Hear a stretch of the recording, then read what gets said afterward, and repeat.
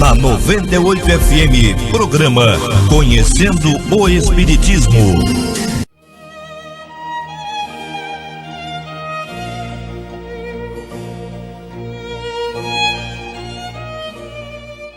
A invigilância é um mal, fonte geradora de sérios problemas em nossa vida, em nossos lares, faz com que fiquemos indefesos e à mercê de nossos desafetos do passado.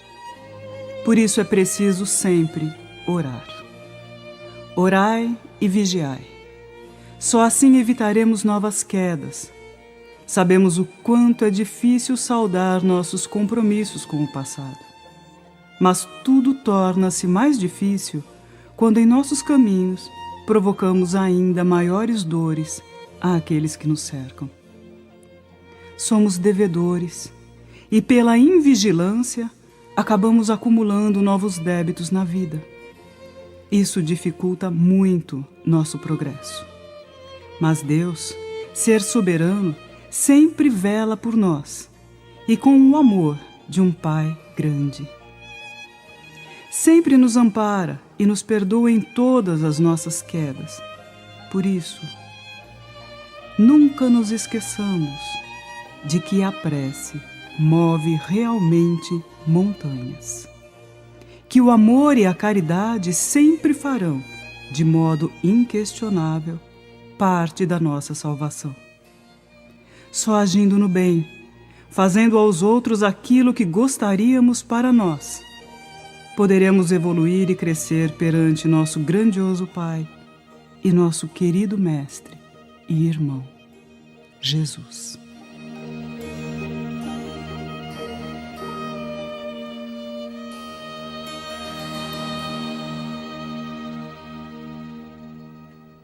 Pedi e obtereis. Condições da prece. E quando orais, não haveis de ser como os hipócritas que gostam de orar em pé nas sinagogas e nos cantos das ruas para serem vistos dos homens. Em verdade vos digo que eles já receberam a sua recompensa. Mas tu, quando orares, entra no teu aposento e, fechada a porta, ora a teu Pai em secreto.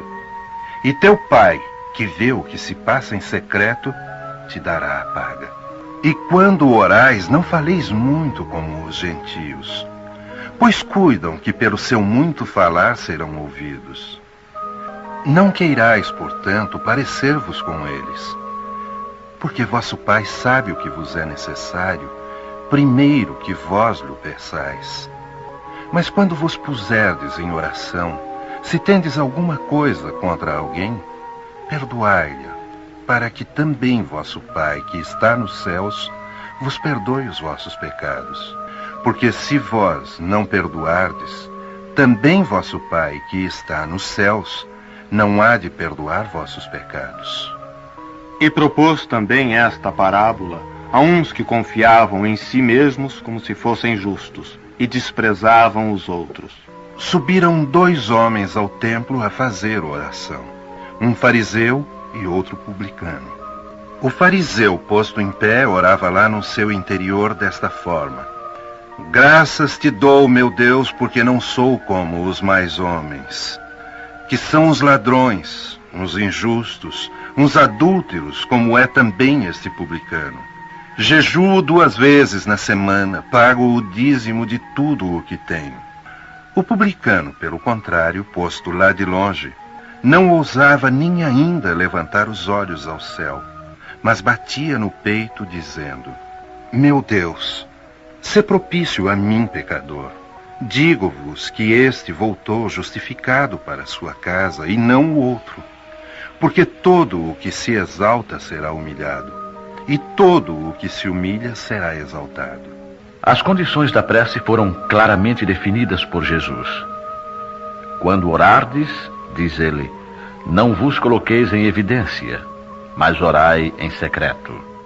Não fingi orar demasiado, porque não será pelas muitas palavras que sereis atendidos, mas pela sinceridade delas.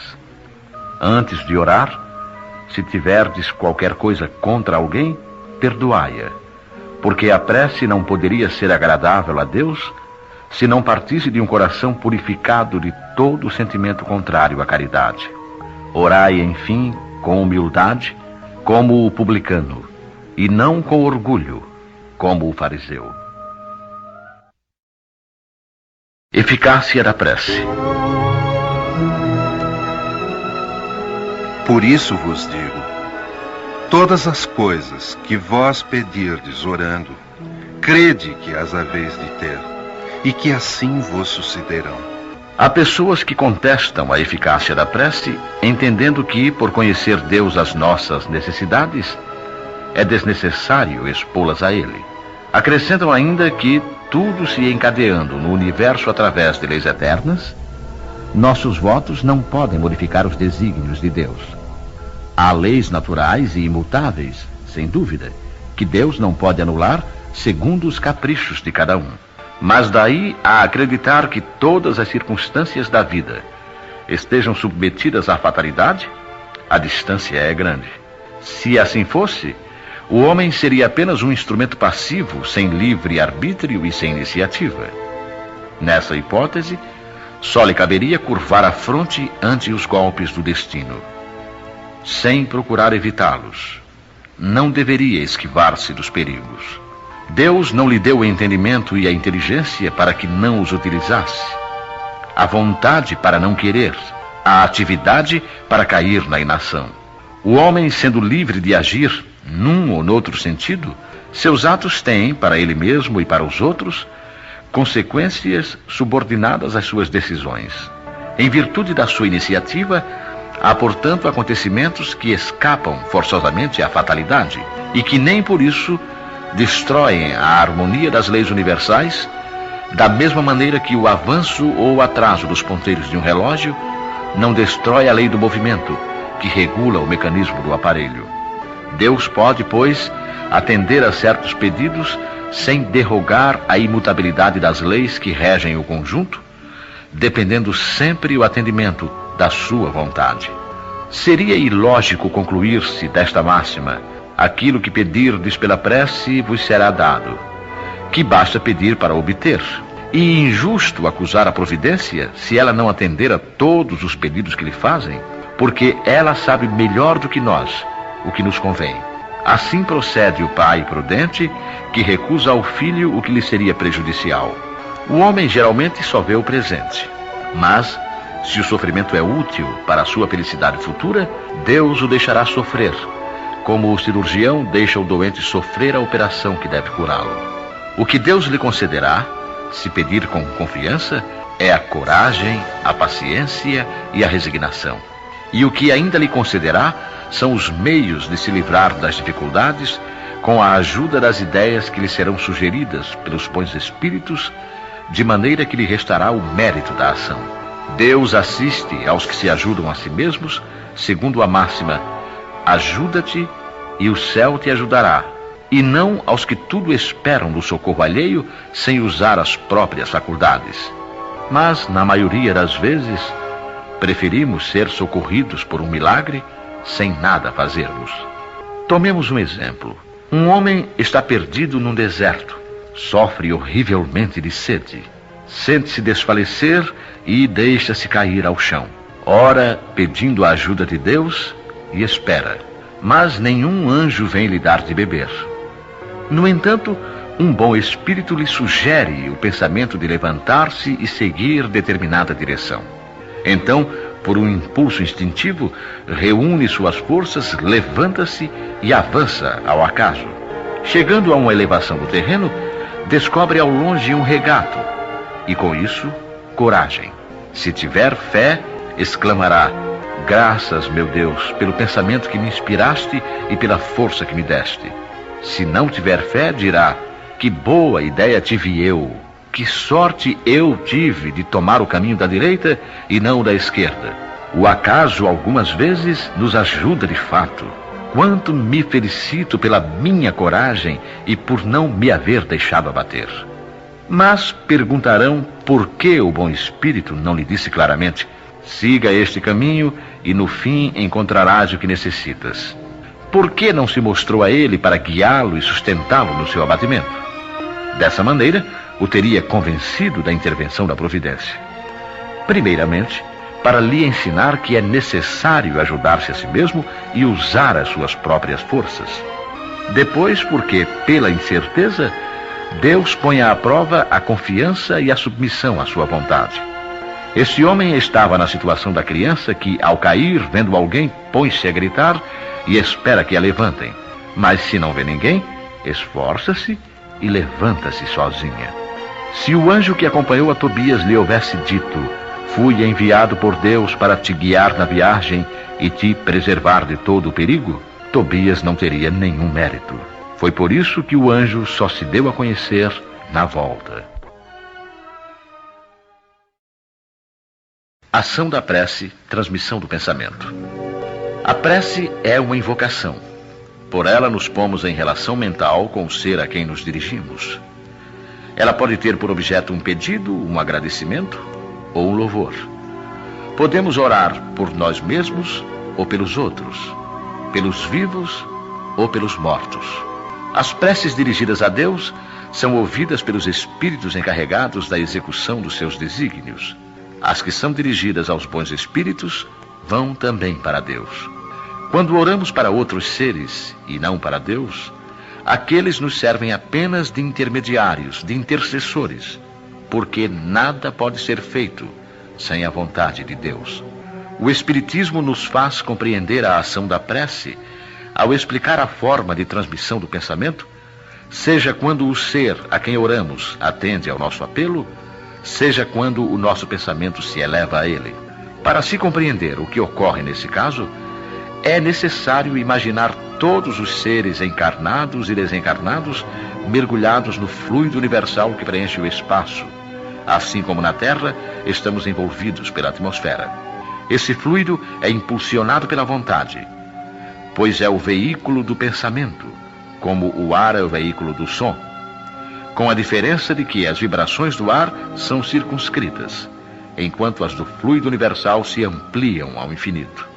Quando, pois, o pensamento se dirige para algum ser, na Terra ou no espaço, de encarnado para desencarnado, ou vice-versa, uma corrente fluídica se estabelece de um a outro, transmitindo o pensamento como o ar transmite o som. A energia da corrente está na razão direta da energia do pensamento e da vontade. É assim que a prece é ouvida pelos espíritos onde quer que eles se encontrem. É assim que os espíritos se comunicam entre si, que nos transmitem as suas inspirações e que as relações se estabelecem à distância entre os próprios encarnados. Esta explicação se dirige sobretudo aos que não compreendem a utilidade da prece puramente mística. Não tem por fim materializar a prece, mas tornar compreensíveis os seus efeitos ao mostrar que ela pode exercer ação direta e positiva. Nem por isso está menos sujeita à vontade de Deus, juiz supremo em todas as coisas e único que pode dar eficácia à sua ação. Pela prece, o homem atrai o concurso dos bons espíritos que o vêm sustentar nas suas boas resoluções e inspirar-lhe bons pensamentos. Ele adquire assim a força moral necessária para vencer as dificuldades e voltar ao caminho reto quando dele se afastou. E assim também pode desviar de si os males que atrairia pelas suas próprias faltas. Um homem, por exemplo, sente a sua saúde arruinada pelos excessos que cometeu e arrasta até o fim dos seus dias uma vida de sofrimento. Tem o direito de queixar-se se não conseguir a cura? Não, porque poderia encontrar na prece a força para resistir às tentações. Se dividirmos os males da vida em duas categorias, sendo uma a dos que o homem não pode evitar, e a outra a das atribuições que ele mesmo provoca por sua incúria e pelos seus excessos, veremos que esta última é muito mais numerosa que a primeira. Torna-se, pois, evidente que o homem é o autor da maioria das suas aflições e que poderia poupar-se se agisse sempre com sabedoria e prudência. É certo também que essas misérias resultam das nossas infrações às leis de Deus e que, se as observássemos rigorosamente, seríamos perfeitamente felizes. Se não ultrapassássemos os limites do necessário na satisfação das nossas exigências vitais, não sofreríamos as doenças que são provocadas pelos excessos e as vicissitudes decorrentes dessas doenças. Se limitássemos as nossas ambições, não temeríamos a ruína. Se não quiséssemos subir mais alto do que podemos, não recearíamos a queda. Se fôssemos humildes, não sofreríamos as decepções do orgulho abatido. Se praticássemos a lei de caridade, não seríamos maledicentes, nem invejosos, nem ciumentos, e evitaríamos as querelas e as dissensões. Se não fizéssemos nenhum mal a ninguém, não teríamos de temer as vinganças, e assim por diante. Admitamos que o homem nada pudesse fazer contra os outros males. que todas as preces fossem inúteis para livrar-se deles. Já não seria muito poder afastar todos os que decorrem da sua própria conduta? Pois bem, neste caso concebe-se facilmente a ação da prece, que tem por fim atrair a inspiração salutar dos bons espíritos, pedir-lhes a força necessária para resistirmos aos maus pensamentos, cuja execução pode nos ser funesta. E para nos atenderem nisto, não é o mal que eles afastam de nós, mas é a nós que eles afastam do pensamento que pode nos causar o mal. Não embaraçam em nada os desígnios de Deus, nem suspendem o curso das leis naturais, mas é a nós que impedem de infringirmos as leis, ao orientarem o nosso livre-arbítrio. Mas o fazem sem o percebermos, de maneira oculta, para não prejudicarem a nossa vontade.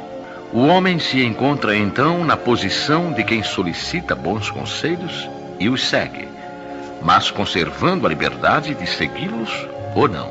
Deus quer que assim seja, para que ele tenha a responsabilidade dos seus atos e para lhe deixar o mérito da escolha entre o bem e o mal. É isso o que o homem sempre receberá se pedir com fervor, e ao que se podem, sobretudo, aplicar estas palavras: pedi e obtereis. A eficácia da prece, mesmo reduzida a essas proporções, não daria imenso resultado?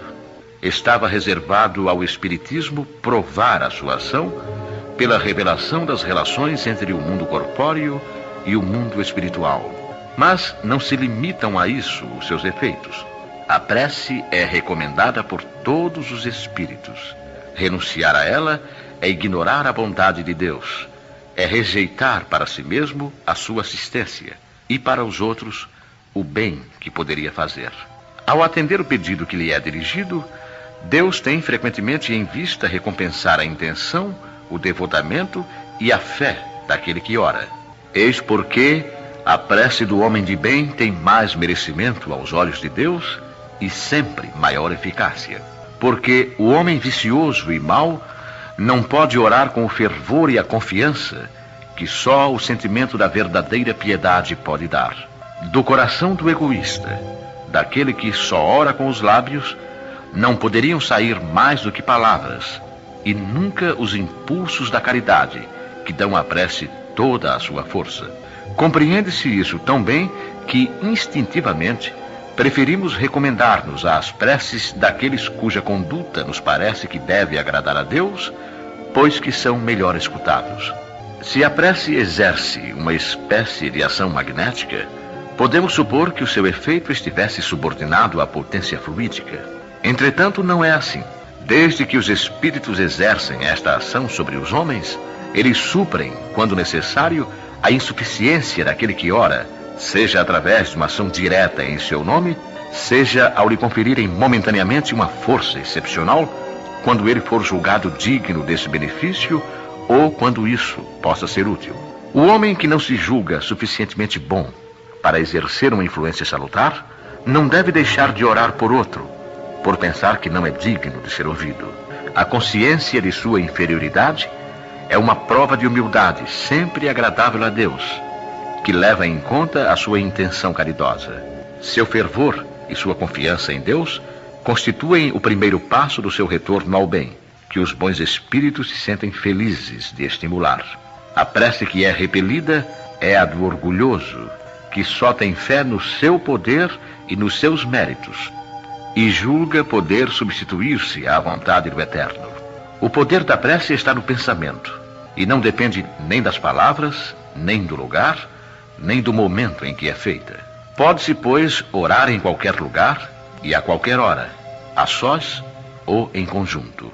A influência do lugar ou do tempo depende das circunstâncias que possam favorecer o recolhimento. A prece em comum tem ação mais poderosa quando todos os que a fazem se associam de coração num mesmo pensamento e têm a mesma finalidade, porque então é como se muitos clamassem juntos e em uníssono.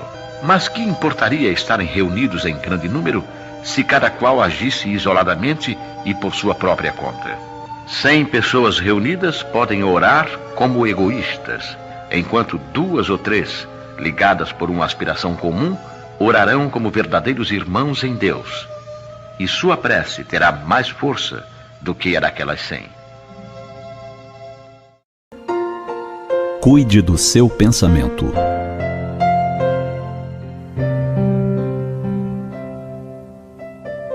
O organismo é excelente máquina constituída por equipamentos delicados que são comandados pelo espírito através do cérebro. É igualmente laboratório de gigantescas possibilidades, sempre suscetível de autodesarranjar-se ou autorrecompor-se conforme as vibrações emitidas pela mente. Quando o indivíduo tem a propensão para o pessimismo, o ressentimento, o desamor, cargas nocivas são elaboradas e atiradas nos mecanismos encarregados de preservar-lhe a organização física, produzindo-lhe inúmeros males. Igualmente, as disposições otimistas e afetuosas produzem energias refazentes que recuperam os desarranjos momentâneos dos complexos órgãos que constituem o corpo humano. A mente dispara o gatilho e o seu conteúdo vibratório, quando negativo, com emoções de ressentimento ou de raiva, de inveja, de ciúme ou anseio de vingança, desarmonizará o sistema imunológico, eliminando as substâncias que lhe são próprias, permitindo a instalação de doenças. O estado natural de nosso corpo é o de equilíbrio, o de saúde. É o espírito com sua invigilância e descaso que o torna doente. A alma adoecida fragiliza e faz adoecer a vestimenta carnal. Toda doença é sinal de que algo não está bem no paciente, que deve procurar o desencadeador moral da problemática. É um sinal, um aviso claro. De nada adianta nos encharcarmos de medicamentos sem procurar solucionar a causa real de cada desequilíbrio físico. Desde as seguidas dores de cabeça, os problemas gastrointestinais recorrentes, passando pelos problemas de pressão sanguínea, até as doenças cardíacas, cânceres, todos têm sua causa inicialmente na esfera do nosso pensamento. Não somos simples vítimas indefesas das enfermidades que nos alcançam. E será somente através da mudança de postura mental que poderemos estabelecer o processo da autocura, isto é, o refazimento do equilíbrio moral que naturalmente causará o reequilíbrio físico. Não se trata de um processo imediato em muitos casos. Dependendo da profundidade da questão, do caráter da lesão que criamos, será necessário um bom tempo, uma vida toda, às vezes mais. Não acreditemos que anos e anos de raiva contínua, de comportamento amargo, de ideias depravadas ou pessimistas, poderão ser resolvidos com uma boa dose de drogas e breves meses de terapia especializada. O corpo é uma máquina delicada, sensível, e para reajustar o que desajustamos, precisamos de uma mudança profunda e permanente. Essa mudança passa pela renovação mental completa, pela adoção dos pensamentos gentis e nobres para com todos, buscando alegria em seu próprio viver e levando essa alegria a quem quer que seja que passe por nós.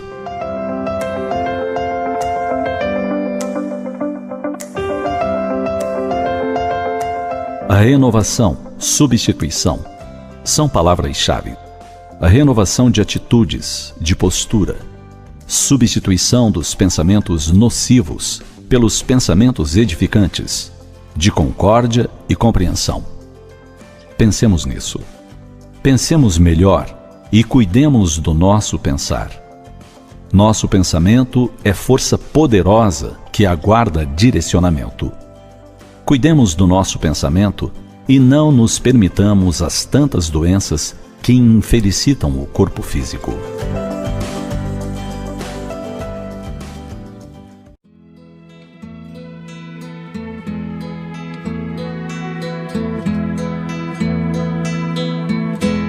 Quando acordo de manhã,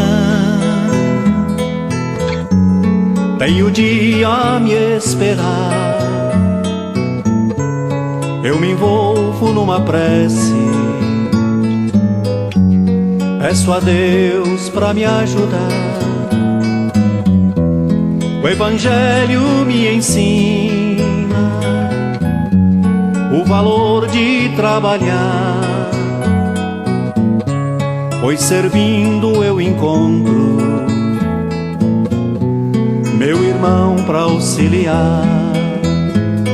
A terra é a grande escola, se a gente quer entender. É no livro da vida que se consegue aprender. Eu sei que estou tão distante da luz e da perfeição, mas me entrego na luta rumo à evolução. Mas me entrego na luta rumo à evolução.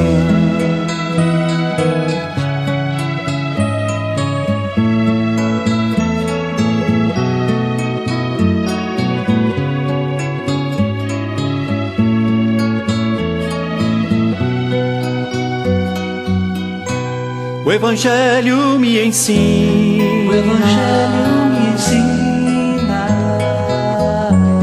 o valor de trabalhar, pois servindo eu encontro meu irmão pra auxiliar.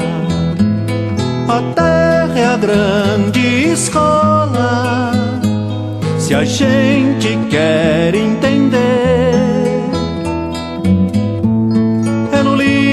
Da vida que se consegue aprender.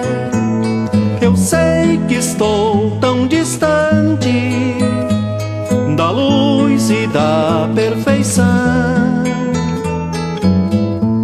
mas me entrego na luta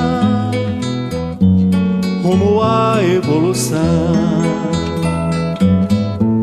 Mas me entrego na luta rumo à evolução.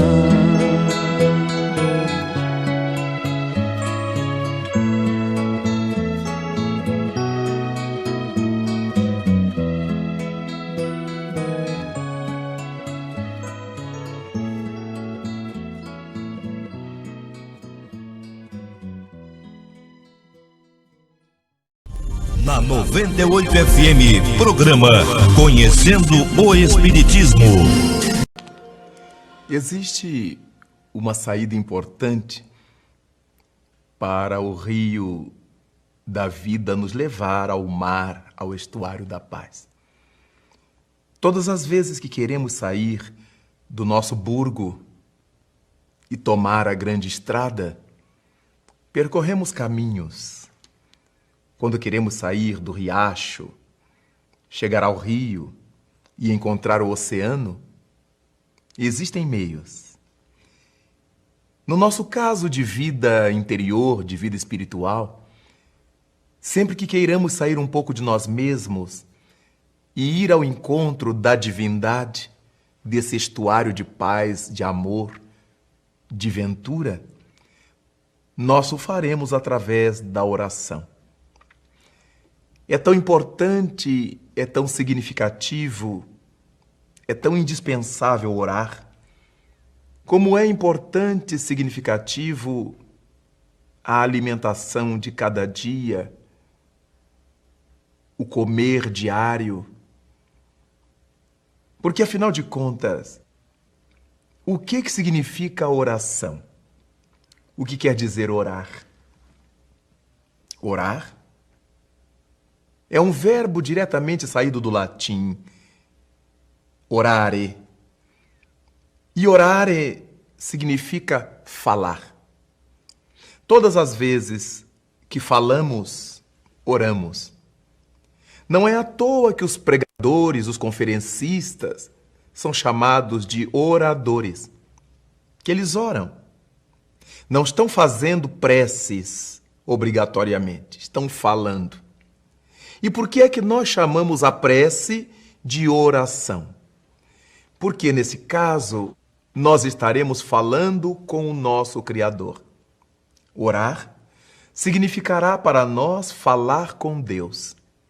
E é tão importante falar com Deus, mas afinal de contas, Deus não está em toda parte, não está em nossa intimidade e na intimidade das coisas. Por que há necessidade de nos posicionarmos para falar com Deus? Em verdade, Deus está em toda parte. Ele é onipresente. Deus sabe de todas as coisas. Ele é onisciente. Nada obstante, somos nós que temos necessidade de começar a buscar o contato com Deus. Nós é que temos necessidade de nos aprimorar para esse grande encontro no estuário da vida. Somos nós que, quando oramos, aprendemos, pouquinho a pouquinho, a nos acercar do nosso Criador, a nos apresentar a Ele, a identificar a nossa necessidade, identificar a nossa carência, a nossa mazela. Por causa disto, nós aprendemos a orar. É tão importante orar. Jesus Cristo, quando esteve entre nós no mundo, nos deu lições importantíssimas a respeito da oração. Disse-nos ele em dado momento, quando orardes, não façais como os hipócritas,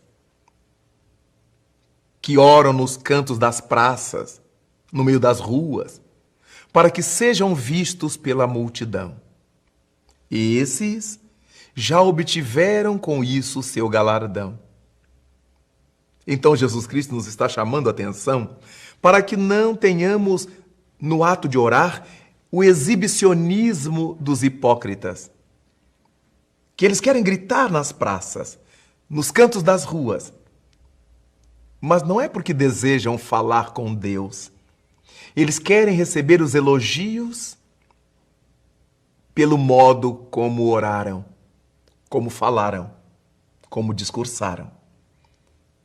Quando Jesus Cristo propõe para que nós não façamos como os hipócritas, é porque a oração tem sentido quando as coisas se passam em nossa intimidade.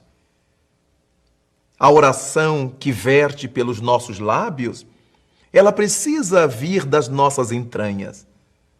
Por mais simples que seja, por mais sensível que seja, vem do nosso íntimo. Então Jesus nos disse assim, quando orardes, entrai para o vosso aposento e orai em secreto, uma vez que o Pai que vê tudo o que se passa em secreto vos atenderá. Minha gente, como é importante saber isso com Jesus. Como é importante ter essa consciência cristã de que as coisas verdadeiras são aquelas que se passam em nossa intimidade. Quando Cristo nos pede para procurar o nosso aposento íntimo, não é um aposento físico, não é a nossa sala, o nosso quarto de dormir obrigatoriamente, é o nosso mundo íntimo. Quando lemos o Evangelho de Lucas, no capítulo 6, Jesus nos diz que as coisas boas que o homem fala provém do bom tesouro do seu coração, como as coisas ruins advêm do mau tesouro do seu coração. Esse coração é intimidade. Então, quando nos propõe orar em secreto, orar no íntimo, entrar para o nosso aposento, ele está nos dizendo da importância das ações íntimas, das ações da nossa interioridade. E com isto, então, vale a pena orar. A oração, com isto, nos traz uma outra reflexão. Como é que nós deveremos orar? Se é um gesto da nossa intimidade, será que as posições exteriores nos ajudam a orar? Possivelmente não. Não vale a pena pensar que para que oremos, tenhamos que estar de pé, assentados, de joelhos, deitados. As posições exteriores não interferem na grandeza da nossa conversa com Deus.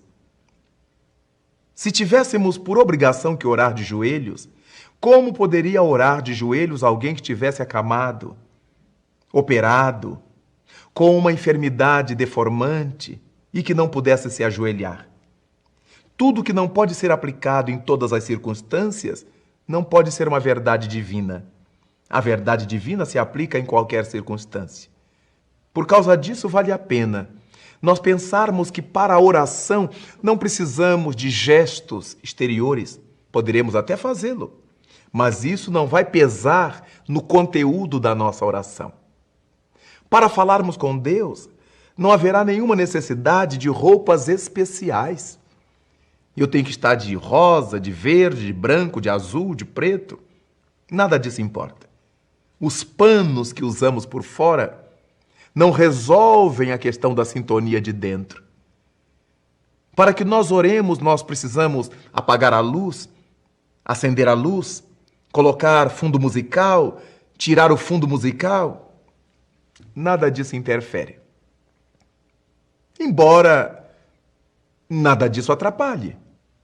Se o indivíduo se sente melhor orando com um fundo musical, que ele o ponha. Se sente melhor orando com luz acesa ou com luz apagada, nenhum problema.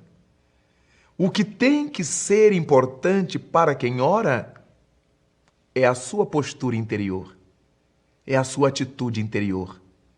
Diz-se que arar é orar. Arar é o símbolo do trabalho no campo.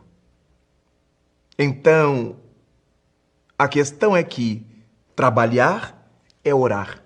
Imaginemos como ora um médico cuidando do seu paciente, à cabeceira do seu enfermo, lidando com ele, na tentativa de salvar-lhe a vida, de devolver-lhe a saúde. A integração com os poderes superiores da vida é uma oração. Imaginemos a oração daquele homem lavrador que põe a semente na terra para que germine. Germinada possa atender à mesa e dar o pão às pessoas. Com que unção aquele homem coloca as suas sementes na terra? É a oração.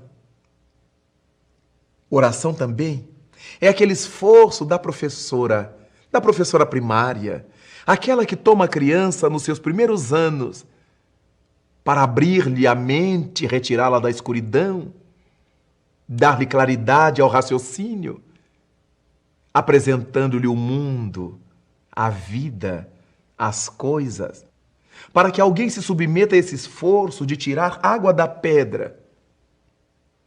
Tem que ser alguém que ore.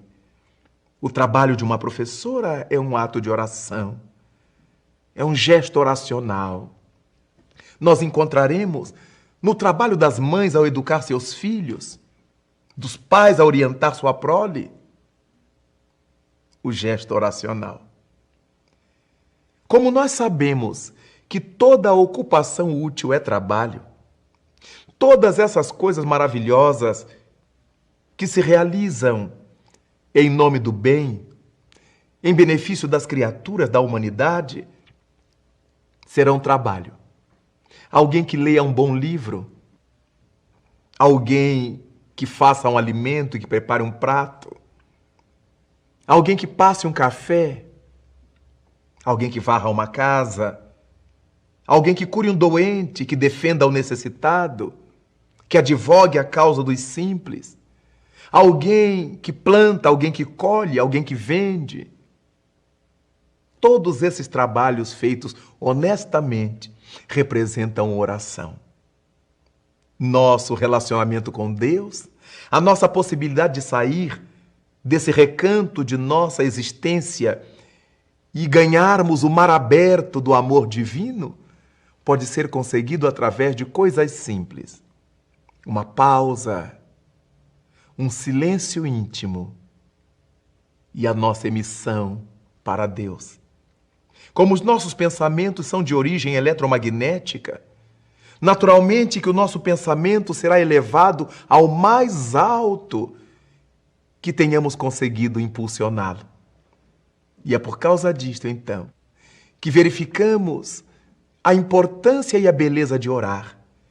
Abrir com essa chave os arquivos divinos. Abrir com essa chave os arcanos de Deus. E com ela, comungar com Deus, saídos do nosso subúrbio de necessidades para a grande metrópole do amor de Deus. Ajuda-te que o céu te ajudará.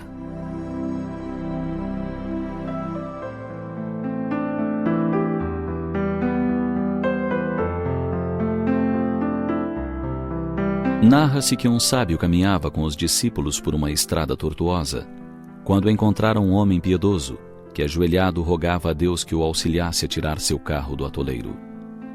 Todos olharam o devoto, sensibilizaram-se e prosseguiram. Alguns quilômetros à frente havia um outro homem que tinha igualmente o carro atolado num lodaçal. Este, porém, esbravejava reclamando, mas tentava com todo o empenho liberar o veículo. Comovido, o sábio propôs aos discípulos ajudá-lo. Reuniram todas as forças e conseguiram retirar o transporte do atoleiro. Após os agradecimentos, o viajante se foi feliz. Os aprendizes, surpresos, indagaram ao mestre: Senhor, o primeiro homem orava, era piedoso, e não o ajudamos. Este, que era rebelde e até praguejava, recebeu nosso apoio.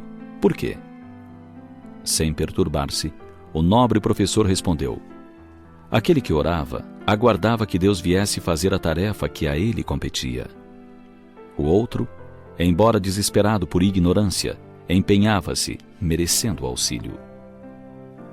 Muitos de nós costumamos agir como o primeiro viajante.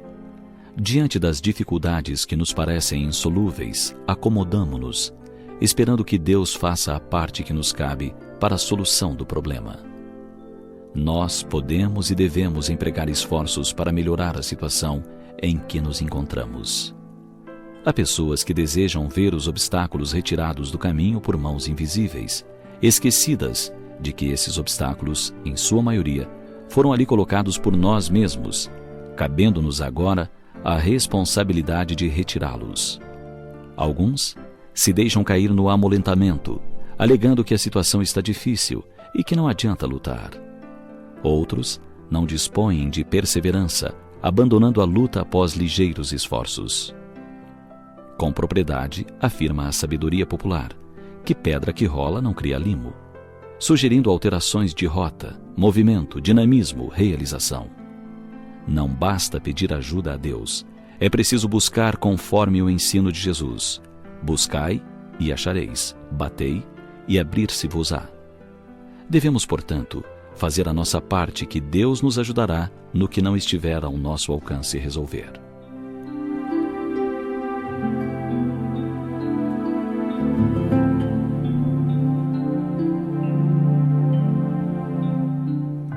Pense nisso. Seria ideal que, sem reclamar e pensando corretamente, fizéssemos esforços para retirar do atoleiro o carro da nossa existência, a fim de seguirmos adiante felizes, com coragem e disposição, confiantes de que Deus sustentará as nossas forças para que possamos triunfar. Pensemos nisso.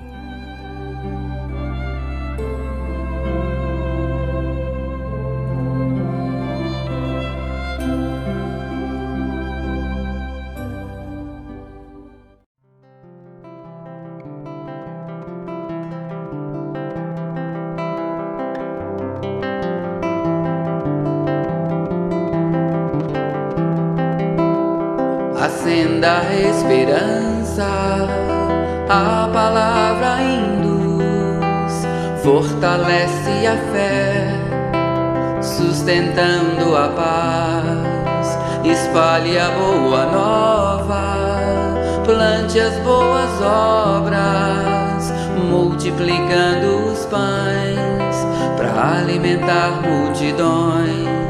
Trabalho é esforço de evolução. A língua fala com os homens e o coração fala com Deus. A língua fala com os homens e o coração fala com Deus.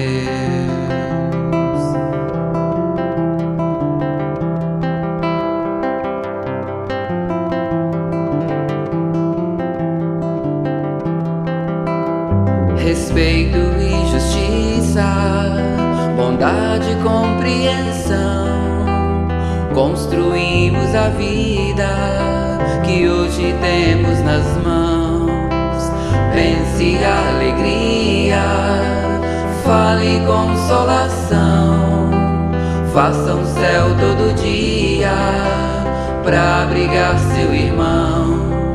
Bendita é a voz que fala amor. A língua fala com os homens e o coração fala com Deus. A língua fala com os homens e o coração fala com Deus. A língua fala com os homens e o coração fala com Deus. A língua fala com os homens e o coração fala com Deus.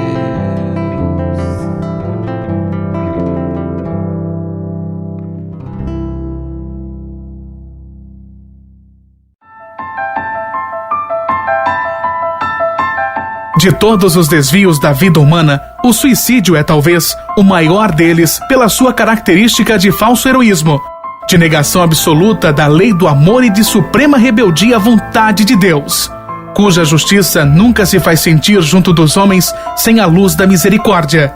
Emmanuel, o Consolador, psicografia de Francisco Xavier. Uma campanha, Grupo Espírita A Caminho da Luz, Biguaçu, Santa Catarina. www.radiofraternidade.com.br. Programa Espírita Conhecendo o Espiritismo e Programa Espírita Luz e Fraternidade.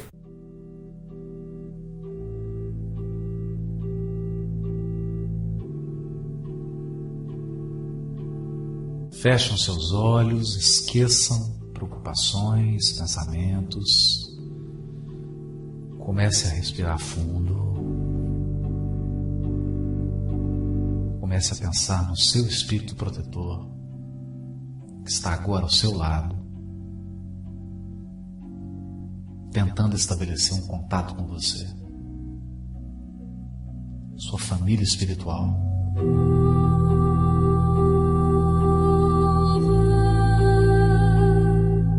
Está torcendo para que você vença todas as provas, todas as dificuldades.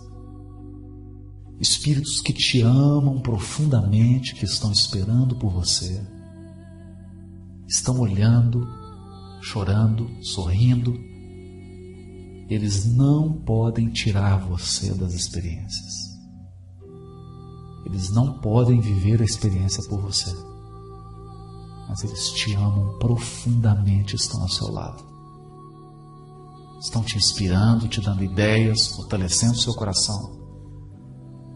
Sinta agora esse profundo amor. Sinta o quanto você é amado, o quanto você é acompanhado, o quanto você é um coração querido.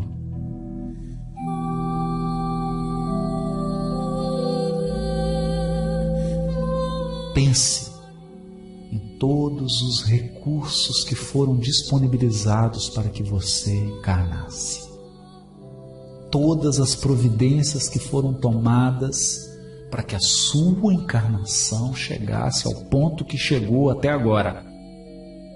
Pensa nisso. Quantas criaturas se movimentaram? Quantas pessoas foram chamadas a colaborar para que você estivesse vivo aqui agora? Para que você tivesse a profissão que tem, para que você tivesse os recursos que tem, para que você tivesse as oportunidades que você tem. Sinta esse amor.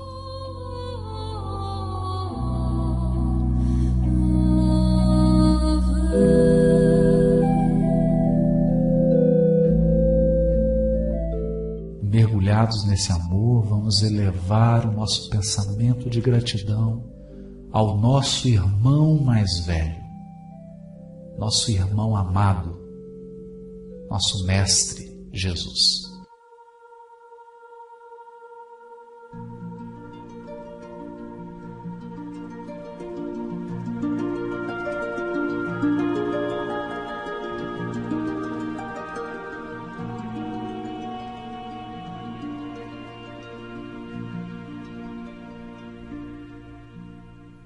Mestre, muito obrigado por ter nos colocado onde nos colocou, Senhor. Nessa noite, Senhor, eu quero te agradecer a todas as dificuldades da nossa vida, porque elas estão nos tornando mais fortes, Mestre. Mas, por favor, Senhor, nos ensina a confiar no Teu coração, mesmo quando a tempestade for intensa. Nos ensina a confiar na Tua direção, mesmo quando tudo parece estar perdido. Ampara os nossos familiares, Mestre, os nossos entes queridos, cuida de cada um deles. Amplia a nossa percepção espiritual da vida, Jesus. Nós que estamos dormindo, estamos distraídos, estamos cegos. Nos ensina a ver a beleza da nossa vida, a beleza da nossa programação espiritual, Jesus. A beleza das providências que são tomadas a cada dia. Esses corações queridos que choram, que sorriem, que nos amam e que nos envolvem. Que nunca nós nos esqueçamos desse amor, Mestre. Que nós possamos seguir o Teu Evangelho de luz, iluminando os nossos espíritos nas Tuas lições imortais. Ampara os trabalhadores, fortalece o coração de cada um deles, que cada um possa sentir a sua missão espiritual, o propósito da sua encarnação, o motivo de estarem nessa cidade, e que cada um sinta queimar no seu coração a certeza de que todos chegaremos bem com o Teu auxílio. Ampara-nos, Mestre, agora sempre, que assim seja, Senhor.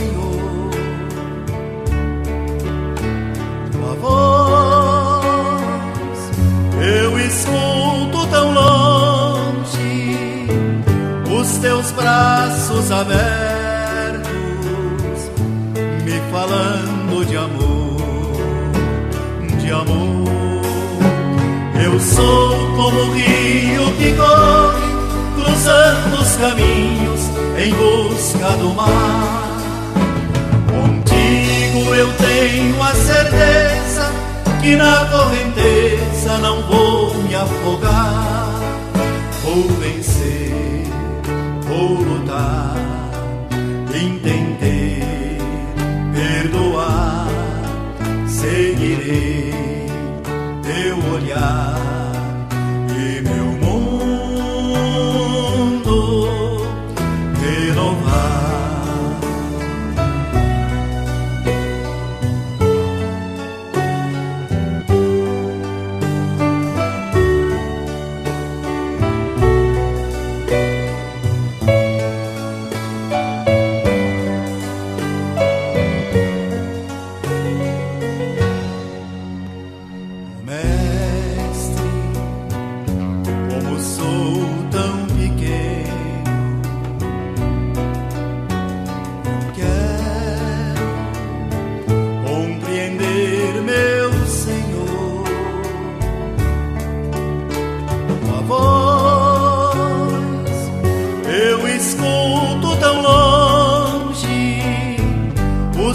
Braços abertos, me falando de amor, de amor. Eu sou como o rio que corre, cruzando os caminhos em busca do mar. Contigo eu tenho a certeza que na correnteza não vou me afogar.